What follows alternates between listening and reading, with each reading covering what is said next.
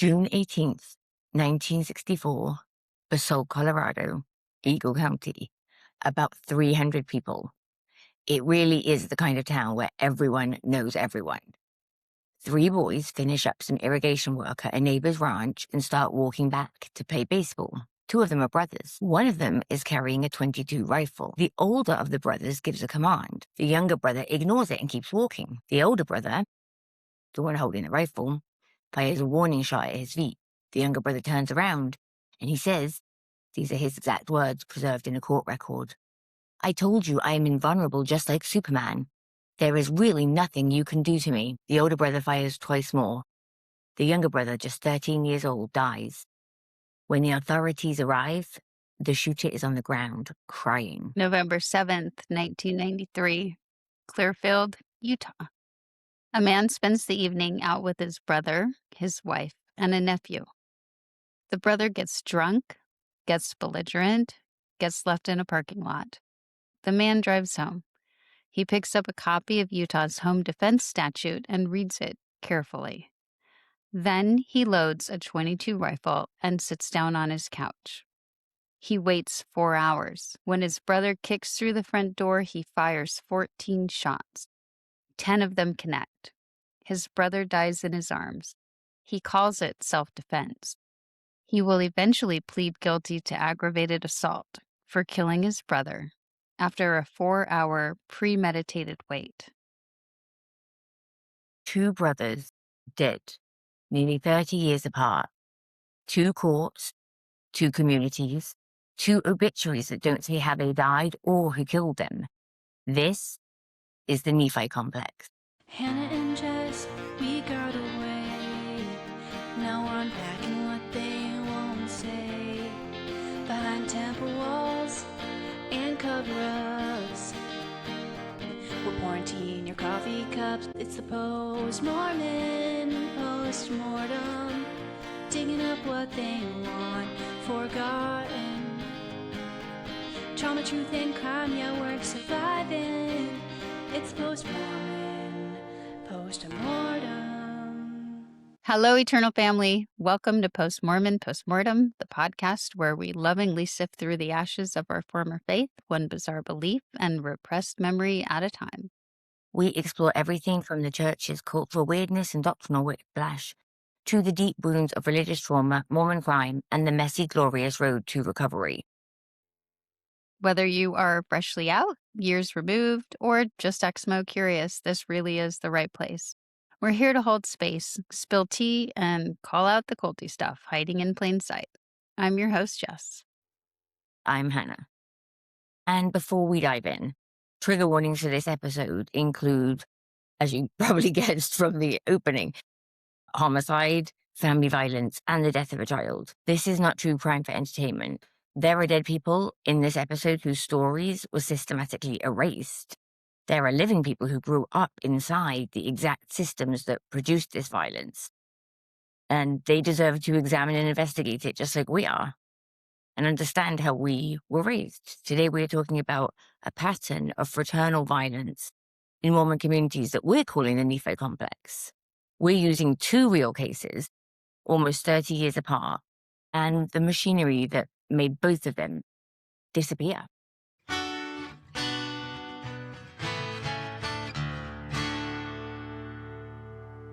We'll start where every Mormon child starts.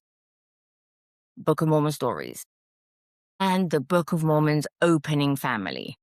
If you were raised in the church, you obviously encountered this story in primary, in seminary, in Come Follow Me curriculum, family home evenings. It's not obscure scripture, it is foundation.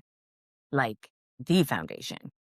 Lehi receives a revelation to flee Jerusalem. His family follows him into the wilderness. And from the very first chapter, the family is divided.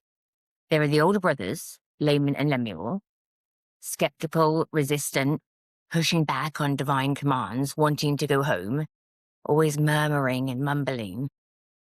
Murmuring is very Book of Mormon word, isn't it? And then there's Nephi, the younger righteous brother, who not only embraces the revelation, but receives his own direct communication from God. So you've got here the foundational inversion. God tells Nephi explicitly that he will rule over his older brothers. An angel appears directly to Laman and Lemuel and tells them, the Lord hath chosen him, your younger brother, to be a ruler over you, and this is because of your iniquities. So right there in the founding text, the divine order overturns the birth order. The eldest is not the heir. Righteousness is the currency of family power. And the righteous brother's perspective is always correct by definition because God said so. You cannot argue with God. It gets starker. It's not just that Nephi gets elevated above his brothers theologically. There is actual violence in this text, divine violence, and it is directed at, or at least justified against, family members. When the brothers are sent to retrieve sacred records from a man named Laban, the older brothers fail twice. So Nephi goes alone. He finds Laban drunk and unconscious in the street. And then the Spirit, the literal Holy Spirit, commands Nephi to kill this man. Nephi resists at first. He's never killed anyone. But the Spirit insists, and the justification given is pretty chilling. It is better that one man should perish than that a nation should dwindle and perish in unbelief. Nephi beheads Laban with the man's own sword. Now, the church does not teach this moment as a moral tragedy, as Nephi being forced into an agonizing choice. It is taught as an example of faith, of obedience to revelation. Divine authority justifies killing. That is what the story teaches. Oh, and courage, right? That's right. Because that's what Laurie Vallow draws on. I will be like Nephi. I will have courage to do this hard thing, killing someone even though I don't want to. It's courageous. Throughout the rest of the narrative, Laman and Lemuel beat Nephi, tie him up, and attempt to kill him multiple times. He is always vindicated.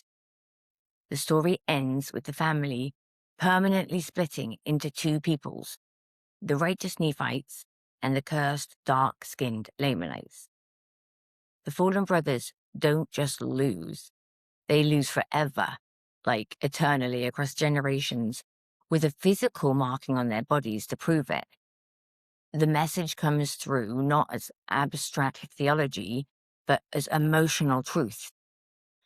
So much of Mormonism is based on emotion. That division is divinely ordained and permanent. Violence against a wicked family member can be justified by revelation, and family loyalty is always secondary to spiritual hierarchy. Now, lots of religious traditions have violent origin stories. What makes the Mormon context distinct isn't just the text, it's what the text is sitting inside.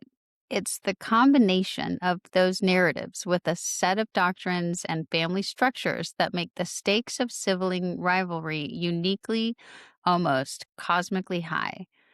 There's the sheer number of children in Mormon families. And we are not talking about families with 2 or 3 kids squabbling over the front seat. We are talking about families with 7, 8, 10, 13, 15 children. Mhm. The Ferrin family, who we're discussing today, had 7. The DiLello family had 13. When you pack that many children into a single household, you create genuine material scarcity. Parental attention, physical space, economic resources. That is true in any large family, regardless of religion. But Mormon families add something on top of that material scarcity that makes it qualitatively different, theological scarcity. And the things your siblings are competing for with you are not just earthly, they are eternal.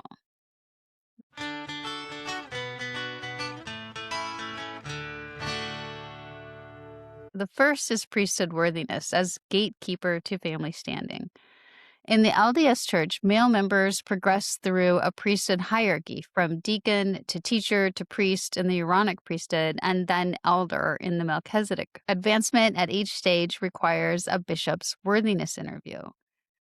In a family with multiple sons, the father and the bishop are constantly evaluating who is advancing and who is stalling. And this isn't a private spiritual assessment, it's visible to the entire community. When your older brother gets ordained and you don't, the entire ward knows. When your younger brother advances past you, likewise, everyone can see it.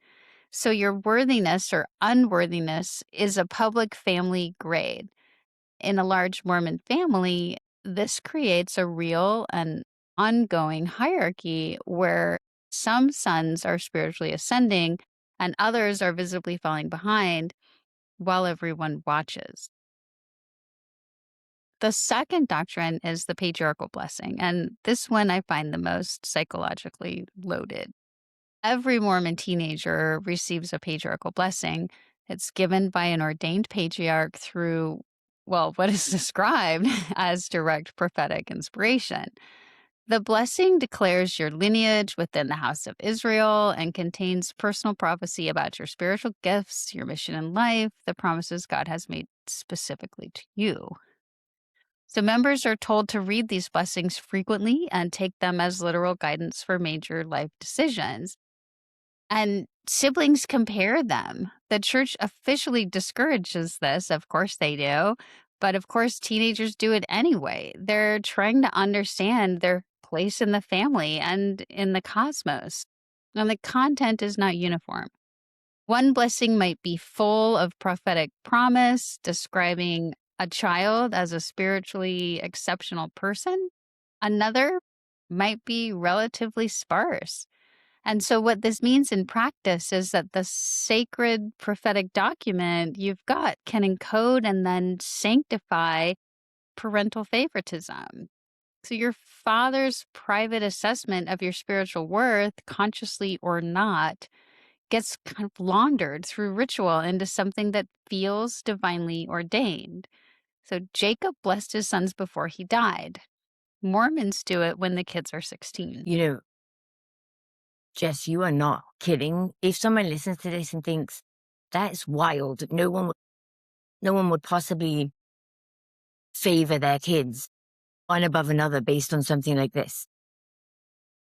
In that was very much the case in my family, because there was a gender hierarchy as well. There was a gender sort of dynamic as well, because the oldest child was a boy, but he had rebelled and, rejected the gospel. And so the second oldest, the girl, kind of rose into that position. But the point is that, I've read my patriarchal blessing on our YouTube channel, and it says you have many talents that have not been brought to the surface yet. I mean, how is that for shade, right? Telling you, Right. literally telling you have got no visible talents, no discernible talents. So I remember thinking, oh, that's as good as saying you've got no talents. Now, my older sister was glowing, right? And it was so, as my parents kind of expected, it was like self-fulfilling, but, it was very circular, because she was the one who was destined to go on a mission, which indeed she did. The only one who, managed to stay chaste and things like that. So it is not hyperbole that these things do get Not discussed at in all. families. Yeah. Mhm. Did you have anything like that in your family? Oh my gosh. Yeah, I remember my older sister who left the church and did not manage to stay chaste or any of those things. But her patriarchal blessing was, like you said, it was glowing, it was inspiring. It described this amazing life that she was going to have and be blessed with. And then I remember getting mine and feel, and I think probably the same way you felt. It was like, well, shit, like, what did I do? I mean, clearly, he wasn't inspired by me, Yeah, I was like, or what blessings? I was waiting for the blessings yeah, part. there And was it just was a list of nothing. obligations, and none of them sounded fun. It was like, you're going to have to do loads of service and do loads of missions. And it was like, No, why was I expected to get this? no. And Yeah, studying nursing, you I talentless to remember it. it did say something about how my highest calling was going to be a wife and mother, and I remember at my core feeling, no, it isn't. No, it Interesting. isn't. I'm Yeah. so glad you had that kernel in you. Like, it's so Yeah, heartening Sensa was that you small. rejected Yeah. that, right? That you were like, "Nope, not for me." Not for me. Nope. Because, so many of us either heard that and interpolated it and went like, "Right on," and we're not to blame for that. We're products of how we were raised, or heard it and said, "Not for me," but had to override that and, just push it down, which is also really harmful to the self. It is. Yeah. So it's good that you had that sense of like, don't tell me what to do, and I don't want to do that. Because for all of those people who also had the same idea, there's a lot of, just ignoring that. There is. And and it really is a powerful thing. I mean, you've got the dynamic of the priesthood in your family that your brothers have and you don't, and you're never going to have. You've got the disparity between the patriarchal blessings, but then Mormon families also have this third doctrine at play, and that's the law of consecration and celestial inheritance. And that I ugh, that my dad still talks about, even though all but one of his children have left the church, is how that is his saving grace, is this celestial inheritance idea.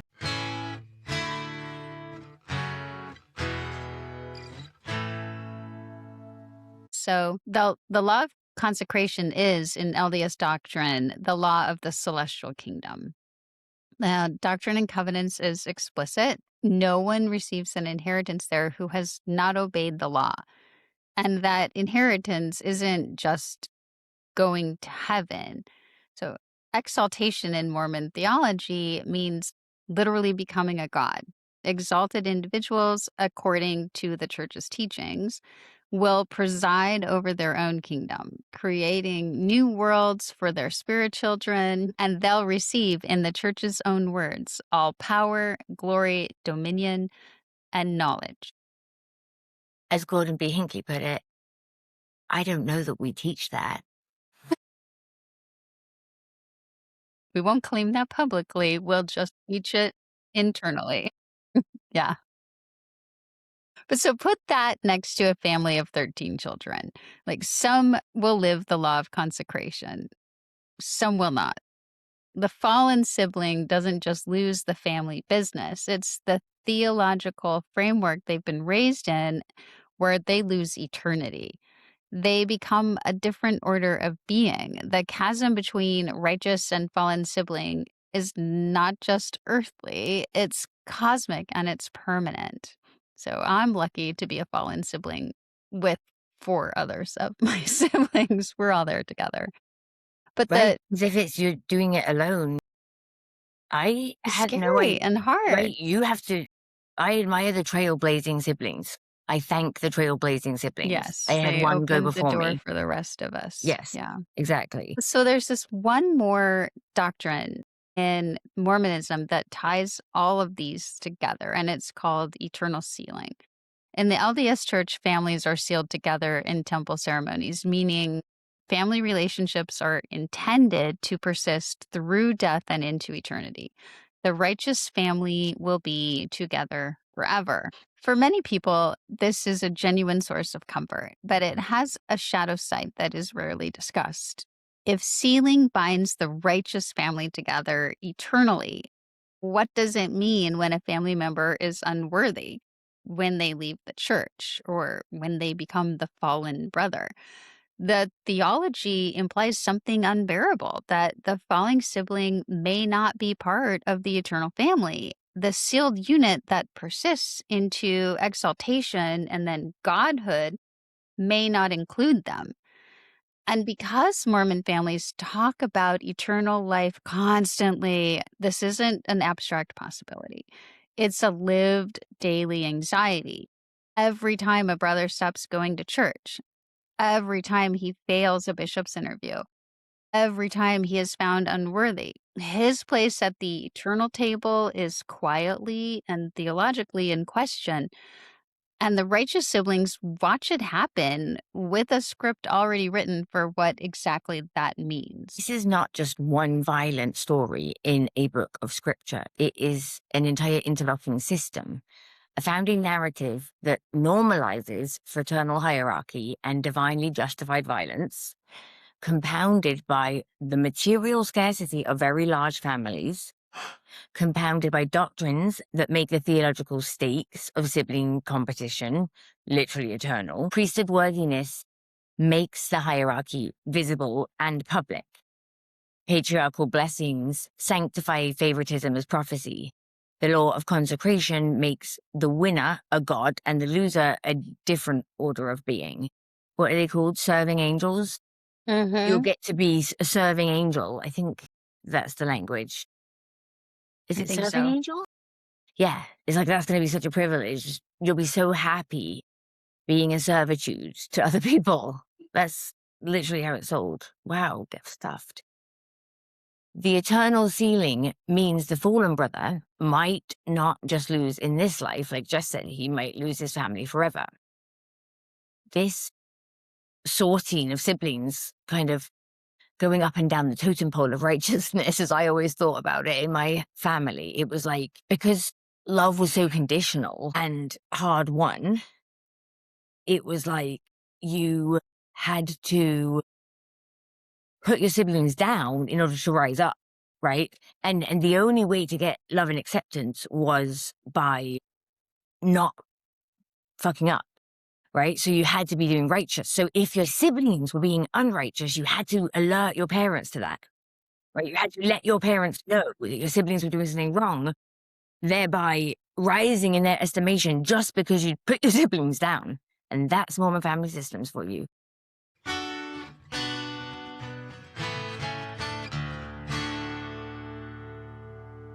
This sort of happens in Mormon households in quieter ways, in which a child's blessing, one gets more promises, or maybe they get their patriarchal blessing sooner because there's no designated age, it's just supposed to be ready.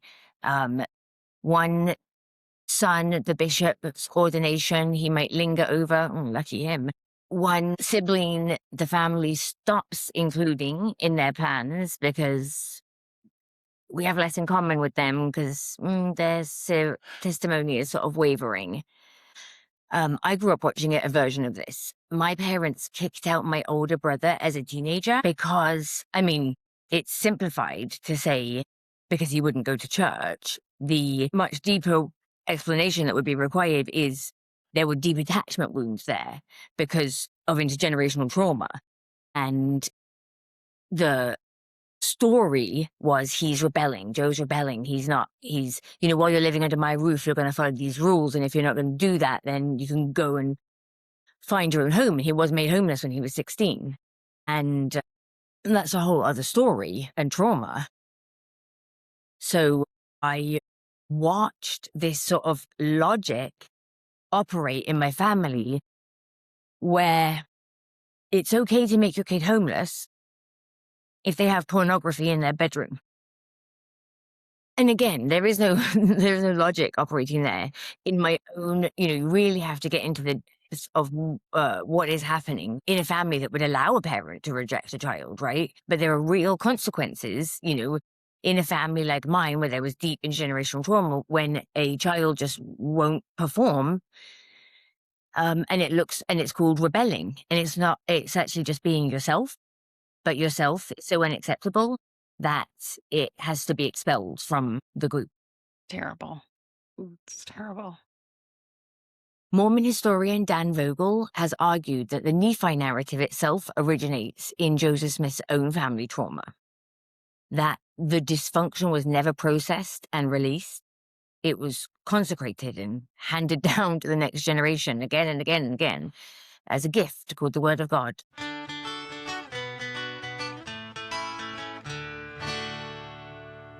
It is June 1964, Basalt, Colorado. It's a small mountain community in Eagle County of about 300 people, the kind of place where everyone knows everyone and word travels fast. The Ferrin family has lived there for 4 years. Curtis Ferrin, the father, is a carpenter working up in Aspen. The family has 7 children. Stephen Wayne Ferrin is 15, and his younger brother, David Eugene Ferrin, is 13. The Colorado Supreme Court record describes Stephen as an average student, well-behaved and quiet. He plays football and basketball at Basalt High School. He attends Mormon church and Sunday school regularly. He had, in the court's words, a close and affectionate relationship with David. No prior violence between them, no history of conflict, nothing on paper to indicate what was coming. On the afternoon of June 18th, Stephen and David walked to Sharp Ranch, about 1.5 miles east of town, to visit their 13-year-old friend, Roger Sharp. The 3 boys help Roger with some irrigation work. It takes about 45 minutes. Stephen has his .22 single-shot rifle with him, which apparently wasn't unusual. When the irrigation is done, they start walking back toward the ranch house to play baseball. As they pass through a gate on the Sharp property, Stephen gives a command: "Come back through the gate." Not a question. The court record uses the word command. The boys don't respond. They keep walking. So Stephen fires a shot at David's feet. David Ferrin, 13 years old, turns around. And instead of backing down, instead of complying with his older brother's authority, he says, "I told you I am invulnerable, just like Superman. There is really nothing you can do to me." It reads like bravado. A 13-year-old being a 13-year-old, a little defiant, a little theatrical, maybe even a little funny. It is not a threat. It is not aggression. It is a child refusing to submit. But look at it through the framework we just built. To Stephen Ferrin, raised in a Mormon household, absorbing the Nephi framework every morning at the breakfast table at scripture study or on Sundays at church, his younger brother has just done the unthinkable. He has looked the older brother in the face and said, "Your authority means nothing. You cannot touch me. There's nothing you can do." Stephen fires again. David falls screaming. Stephen orders Roger back through the gate. Roger complies. Stephen fires a 3rd shot at David. Roger testified later explicitly that before the shooting, there was no quarrel, no disagreement between the brothers. There was a command, there was defiance, and then there were 3 bullets. The shooting remains so enigmatic to me. There were really no answers, but what we see in terms of response from the church, from the family, from the community is beginning to establish a pattern that not only will we see repeated 30 years later in the DiLello case, but across numerous cases that will not be covered in this episode. After David is down, Stephen orders Roger to remove his trousers and then marches him up the road about 1/8 of a mile. And Roger says to him, "You're a good Mormon boy," which causes something in Stephen to collapse. He throws down his gun and starts crying loudly. Roger recovers his trousers, and then the court records specify sans pants, which we have to include for accuracy, and also because we just cannot get past it. Poor kid. He walks past the neighbor's house and calls the authorities. When they arrive, Stephen is still on the ground, still crying, and in an extreme emotional state, as you can imagine, so much so that he is immediately taken to a doctor. This is the first instance of what we're calling perpetrator performance, the immediate pivot from perpetrator to emotionally devastated victim. I mean, it's a mystery. It's motivationless. I get that they were probably doing an investigation and trying to figure this thing out, but what we never learn is why what happened actually happened, because what we actually have is the execution of a sibling, of a brother who refused to obey a command. Is it possible that such a thing could come out of nowhere? The district attorney announced publicly that he didn't know yet whether he was going to file charges for a shooting where the victim was 20 feet away and shot 3 separate times by a boy who admitted that he shot him but gave no reason. So that's just notable in terms of seeking justice or not. The LDS community mobilizes quickly David's funeral had 2 bishops officiating. Apparently, it said so in the newspaper. In my experience, one is the norm. Maybe there was some serious institutional investment in managing the narrative here, and the obituary printed in the Grand Junction Daily Sentinel describes David Eugene Ferrin only as the victim of a Thursday shooting, close quote. So, no details about what that entailed, like who killed him or where, or no mention of his brother at all. You know, the family is named and the surviving siblings are listed, but David is reduced to a boy who was just the victim of an unspecified Thursday event. He's literally just a byline in the paper. He's buried in Rose Hill Cemetery, 13 years old. Stephen was eventually charged with first-degree murder and entered 2 pleas, not guilty and not guilty by reason of insanity. The court sent him to the state hospital at Pueblo for evaluation. Dr. Hewitt Ryan found Stephen legally insane. The district attorney, dissatisfied, requested a second evaluation. Dr. John McDonald and a psychiatric resident found that Stephen was sane. The Colorado Supreme Court records state verbatim that, quote, by private arrangements through the members of the defendant's church, a 4th psychiatrist, Dr. J.P. Hilton, was consulted, and arrangements were made to have him examine Stephen, close quote. The LDS Church made private arrangements to have a psychiatrist of their choosing examine Stephen. I wonder what he could possibly conclude.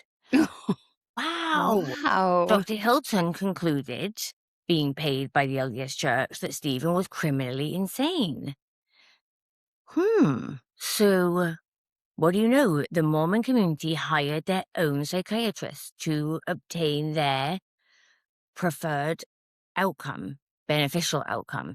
This is not speculation. Maybe the motivation speculation, but it's in the court record that this happened. The jury gets 4 psychiatrists giving testimony. 2 of them say he's insane and 2 of them say he's sane. So the jury deliberates for 24 hours and finds Stephen sane and guilty of first-degree murder. We would agree by the legal definition of insanity. He was sentenced to life in prison at hard labor. Case closed. Right? Okay, that's been our episode. Thanks for listening. Thanks, Hannah and Mick and Dr. Dave. Are you joking? Nope. This is Mormondom we're talking about. Of course, there's no justice. 1967, the Colorado Supreme Court reversed the conviction. The technical legal reason was that the trial court refused to instruct the jury on voluntary manslaughter as a lesser included offense. I mean, sometimes you've got to love it when something gets overturned on a technicality, but no, not in this case. one. So the reasoning used to justify why manslaughter should have been an option was the court leaned on psychiatric testimony that the killing was a result of an explosion of pent-up anger and emotion, close quote, that Stephen was incapable of controlling. What caused the pent-up anger? He had been de-pantsed by his playmates 2 years earlier, he said. Not by David. He was anxious about failing a school test. And then, crucially, David's Superman response to his warning shot and not coming triggered the second and third shots. The legal logic being encoded is this.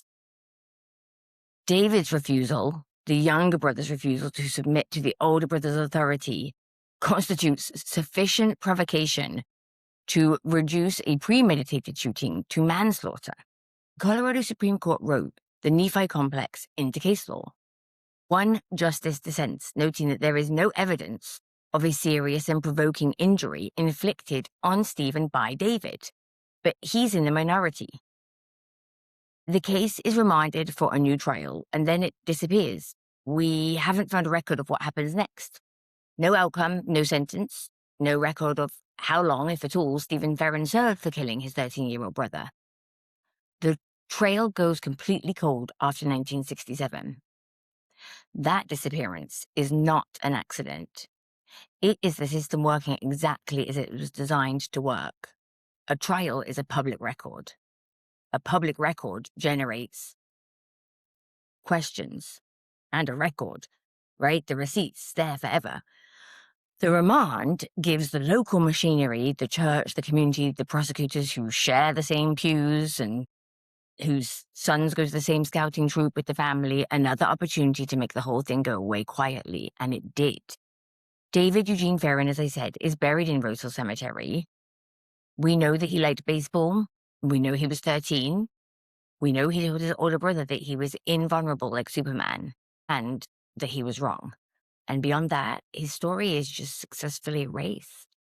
So 2 cases is a coincidence. We went looking for more. 1992, Charlotte Griffin is killed by her brother. The word used in the coverage is accidental. Sandy, Utah, 1993, the same year as the DiLello killing. A teenage brother shoots his sister to death over a chores dispute. The Salt Lake Tribune headline reads, Sandy cops say chores feud led to killing. His father appears at sentencing and asks for mercy, and the boy gets 5 years to life. Murray, Utah, December 1916.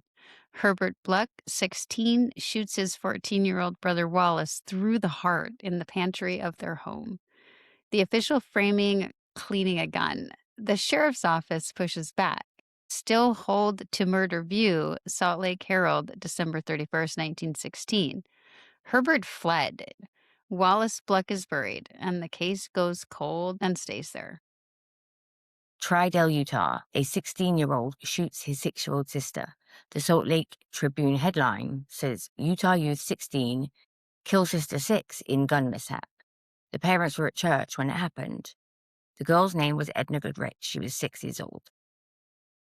Morgan County, Utah. A man kills his brother. The Herald Journal headline, Brother kills Morgan man. 4 words, no context. The brother who died becomes a geographic identifier.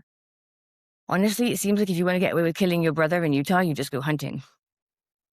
And I did not just give anyone an idea of that, but seriously. And we have more. A folder of headlines going back over 100 years. Brothers shooting brothers and sisters. A brother who aimed at his brother and killed his father instead. Running through the 1990s without stopping. Utah, Idaho communities that share a faith and a family structure and a lot of stories about what siblings owe each other. A pattern this consistent across this many families, across this many decades, in communities this tightly organized around the same theological framework. The framework is worth examining. And I just want to say, we're not just talking about communities. These specific people were raised Mormon. So these are the receipts.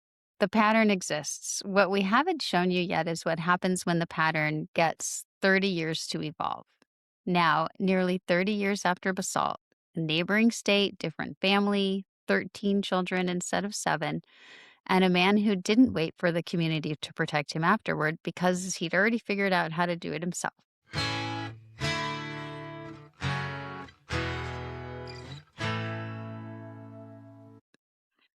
In Clearfield, Utah, a suburb of Salt Lake City in Davis County, November 7th, 1993. So between 1964 and 1993, something evolved. In the Ferrin case, the protection machinery had to be built after the fact. The community rallied, hired the psychiatrist, worked the appeal, and then let the records go cold. In the DiLello case, the perpetrator builds his own protection before he pulls the trigger. So the DiLello family has 13 children, as I've mentioned, and we want you to hold that number next to the theology we just laid out. 13 children competing for parental attention, priesthood advancement, patriarchal blessing content, their place in the family hierarchy. 13 children watching each other ascend and fall in a system that tells them the stakes are eternal. The eldest brother, Dino, is a professional landscaper who has built a stable, respectable life. Michael DiLello, 33 at the time of his death, has a long history of alcohol-fueled violence. He gave Dino a concussion after a Mother's Day party, and he'd put his younger brother, Joe, in the ER after punching him in the face at a family gathering. So Joe DiLello, 29, is a former military police officer. His estranged wife would later testify that he always talked about killing people, and that's a quote, and told her that, another quote, if someone comes in the house, empty the gun into them, end quote. This is not a frightened man. This is a man who has thought about this. The night of November 6th, the family goes out together. Joe, his wife Ruth, Michael, and his girlfriend, and a nephew. Dinner, then a party. Michael drinks heavily, uses amphetamines, gets into an argument with the group. They leave him standing in a parking lot and drive back to Joe's mobile home in Clearfield. And then Joe begins his preparation. His wife, Ruth, later testified under oath at the preliminary hearing that Joe picked up a copy of Utah's home defense statute and read it carefully. Then he said to her, nobody could touch him if he did it. He loaded his .22 caliber semi-automatic rifle. He sits down on the couch. The nephew, who was with them, actually unloads the rifle at some point, presumably trying to de-escalate the situation. Joe reloads it. He knows Michael's coming, and he already knows what he's going to do when he does. The judge at sentencing would later note explicitly that Joe, he had ample time to take other measures, right? He could have done anything, run away, call the police. He had a phone, he had legs, he had a car, he had hours and hours and hours. He chose to wait, scared so that he could defend himself.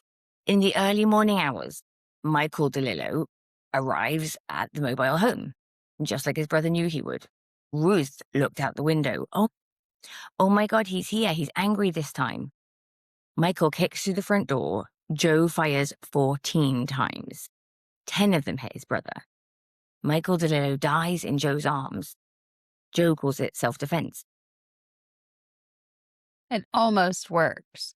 Prosecutor Carville Harward admitted in open court that he was, and this is a quote, always doubtful of getting a homicide conviction, end quote, because of Utah's home defense statute. When he screened the case with fellow prosecutors before filing charges, the group split on whether a murder charge was even appropriate. Now, defense attorney Lauren Martin, who had himself helped write the home defense statute, appeals all the way to the Utah Supreme Court, arguing that his client is completely protected. It takes years just to get the case to district court. Joe ultimately pleads guilty to aggravated assault, a third-degree felony, in June 1995. The prosecutor said publicly this plea deal was in his game plan from the beginning. That is a quote. Joe is sentenced to 0 to 5 years with a consecutive 5-year firearm enhancement, denied parole once, and told to return in December 1997 for killing his brother with 14 shots after sitting on a couch for 4 hours having read the statute that would protect him. Now look at the family response because it helps complete the picture. At the parole hearing, the eldest brother, Dino, testified on Joe's behalf. It's my family's belief that Joe acted in self-defense, he tells the board. He describes holding Joe while he sobbed.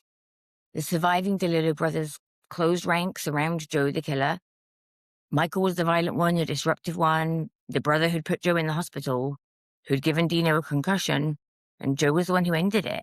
I mean, you know they were just grateful that he did it, right? Mm-hmm. He was like, you do the job. I mean, he was like, he comes in my house, there's no way I don't get away with killing him. I'll sit here and wait. In the framework that they were raised in, scarcity, Michael was layman and Joe is Nephi. And the family has sorted the brothers into their eternal categories, which in dysfunctional family systems, roles are like pre-assigned because, you know, the people, they don't matter. You're just slotted into, you're handed the script. I'm guessing this was a dysfunctional family system considering it ended in sibling homicide. Michael DiLello's obituary in the Deseret News, and note that the Deseret News is an LDS Church-owned newspaper. It lists his children and his siblings. It says that he passed away November 7th, 1993. It mentions that his joy in life was his 2 children, Sarah and Micaiah. It does not say how he died. It does not name who killed him. 30 years after David Ferrin was described as the victim of a Thursday shooting, Michael DiLello passed away. Different victim, same erasure, same newspaper. 15-year-old who couldn't tolerate his younger brother's defiance and killed him and then fell apart, crying in the dirt. The community scrambled after the fact to protect him. In 1993, a 29-year-old man who had pre-engineered his own protection before firing a single shot. He didn't need the community to build his defense because he read the statute himself and executed the plan with the discipline of a former military police officer, and then called it self-defense.